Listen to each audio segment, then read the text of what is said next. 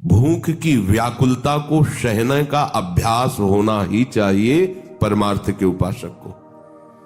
भले आपके पास सारी सुविधाएं हैं, पर आप इसका भी स्वाद लीजिए, क्षुधा का स्वाद लीजिए, भूख की व्याकुलता को सहना सीखिए। अगर इससे आप नहीं तो फिर ऐसे रोग होते जाएंगे शरीर में कि आपको उसी के आश्रित होना पड़ेगा। देखो, डॉक्टर की सोच और योगी की सोच दोनों की अलग अलग धारा है। डॉक्टर केवल शरीर को जानता है और वो पढ़ाई के अनुसार शरीर की नस नाड़ियों को कब क्या चाहिए उस विधान से जानता है। ना तो वो अनुभव किए हुए अपने में, और ना उसे प्राण का परिचय है, ना मन का परिचय है, ना बुद्धि का परिचय, ना चित्त का परिचय, ना आम का परिचय। आज तक कोई मशीन नहीं पैदा हुई कि ये प्राण है और ये मन है, ये बुद्धि, ये चित्त है कहीं? और योगी सबका परिचय जानता है, सबका अनुभव किए हुए। परमार्थ के पति को योगी की भगवत मार्ग में आरूढ़ महापुरुषों की बात माननी कि डॉक्टर कहता है खाली पेट रहने से नुकसान है। अगर आप लंबे समय तक खाली पेट रहेंगे एसिड बनने की परेशानी होगी। योग कहता है खाली पेट रहने से वायु पचेगी, चर्बी भस्म होगी, जठराग्नि प्रबल होगी, आध्यात्मिक शक्ति बढ़ेगी। ये अनुभव की बात कह रहा हूं, ये अपने अनुभव की बात कह रहा हूं। कई दिन भोजन नहीं मिला। अगर शाम के घाट में जाके बैठे तो सतुआ ऐसे मिला है जैसे शहद में मिला के चाटने के लिए आयुर्वेदिक औषधि मिलती। इतना सतुआ सबके ढक्कन में डाल, सैकड़ों भिक्षुक बैठे हुए हैं घाट में, कोई एक थोड़ी बैठा। आप कोई मिठाई बांट रहे हैं तो किलो 2 किलो मिठाई लिया, एक आधी पीस सबको दर्द। बस एक बार 2 बार जो मिला उसी समय 10-20 मिनट में उठे, बस चल दिए।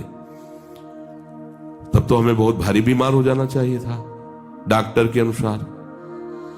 और ये कम से कम 25-30 वर्ष दिनचर्या चली है कि 2 बजे के पहले कुछ नहीं खाना पीना। 2 बजे के पहले 24 घंटे में 2 बजे दिन में माधुकरी मांग करके पाना। शाम के अगर बिहारी जी के गए उधर मिल गया कुछ भिक्षा में थोड़ा डाल लिया, नहीं चाय नाश्ता ये सब कभी कुछ नहीं। और कभी जुकाम नहीं हुआ, कभी बुखार नहीं हुआ, कभी परेशान नहीं हुई। अब ये रोग के कारण फिर प्रकृति का वार सहना असमर्थता के कारण असंभव हो गया। इसलिए सुविधाएं साधु को सुविधा नष्ट करती है। सीधे प्रकृति का वार सहने से निरंतर भजन होता है। भजन का अभ्यास न हो तो सुविधा भोगी भजन नहीं कर सकता, ध्यान रखना। उदर वेगम, भूख के वेग को सहने का अभ्यास होना चाहिए। उपस्थ वेगम, जब जनेंद्री मैथुन धर्म के लिए व्याकुल करती है तो अच्छे की निष्ठा फिसलने लगती है। इसलिए उपासक सावधान रहे, इस वेग को चिंतन में ही ना आने दे। वेग की स्थिति में जोर से नाम कीर्तन करे, कभी किसी से सांस भी न ले कि हमको काम सताता है, बात मान लेना। कभी किसी को व्यक्त भी स्वप्न में ना होने दे कि हमारे अंदर काम वेदना आती है। शांत और स्वयं में उसमें तन्मय ना हो, उसी समय कीर्तन करो। नहीं रहा जा रहा तो प्रियाजू से रो, काम दुख निकंदनी लाडली आपकी शरण में हूं, आप मुझे बचा लो, मुझे संभाल लो। हे प्रियाजू, ये वेदना सहने की सामर्थ्य दे दो या इस वेदना को मिटा दो। प्रार्थना करो अपने आराध्य देव से। यदि प्रार्थना करने की जरूरत नहीं है, पर यदि आप ऐसा समझते हैं कि मैं सहन नहीं कर पा रहा तो प्रार्थना कीजिए और उस समय चिंतन को बचाइए।